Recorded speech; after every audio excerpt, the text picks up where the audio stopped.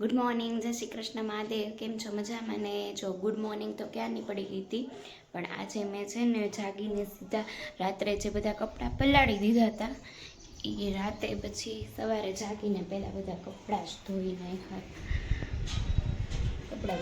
નાખ્યા. હવે પછી કપડાં ધોતી હતી ત્યાં વંશ જાગી ગયો, તો વંશ જાગી પછી ચા પાણી નાસ્તો અમે કર્યો છે ફટાફટ ના વંશને નવડાવીને હું નાઈને પછી મેં તમને કીધું તો આજે મારે બહાર બધું કામ છે, એ કામ પૂરું કરીને આવું છે, અડધું કામ પૂરું થશે.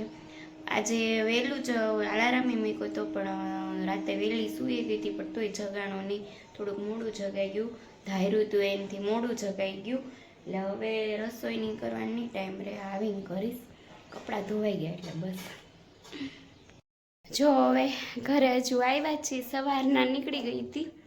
બહુ તડકો છે, 9:30 10માં જ કેટલો તડકો લાગતો હતો, 10 સાડા 10 હજુ આવી જ છું. જો પરસે નથી કાઢ્યું, તો વાત કરું 1:45 થઈ ગયા, 9:30 પોણા 10ના ગયા હતા કામ પૂરું કરવા, 1:45 થઈ ગયા છે. હવે હું વંશુ જમી લઈએ અને થોડોક એને આરામ કરાવી દઉં, એ થાકી ગયો છે મારી હારવાર ચાલી. પછી બપોરે થોડોક આરામ કરીને તડકો ઓછો થઈ ગયો એટલે 6 સાડા 6 થયા, એટલે કામ હતું એટલે પાછા અમે બસમાં જવા નીકળી ગયા.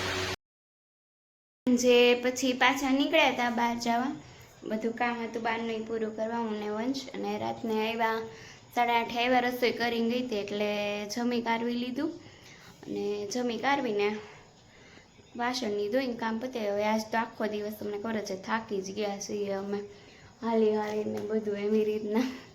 એટલે હવે છે ને સૂઈ જાઉં. વંશ તો બપોરે સૂતો નથી.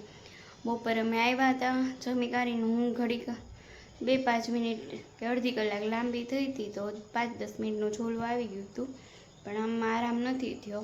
વંશને તો સૂતો જ નથી, એટલે હવે એને સુડાવી દેવો છે. કાલે પાછું જો ઉઠાય તો વહેલું, કાલે કામ છે બહાર એટલે કાલે જવું પડશે, એટલે વહેલા સૂઈ જઈએ. Good night. તમને આજનો બ્લોગ ગમ્યો હોય તો લાઇક, શેર, સબસ્ક્રાઈબ, કમેન્ટ જરૂર કરજો મિત્રો. ગુડ નાઇટ, શુભરાત્રી, મહાદેવ, જય શ્રી કૃષ્ણ, જય માતા.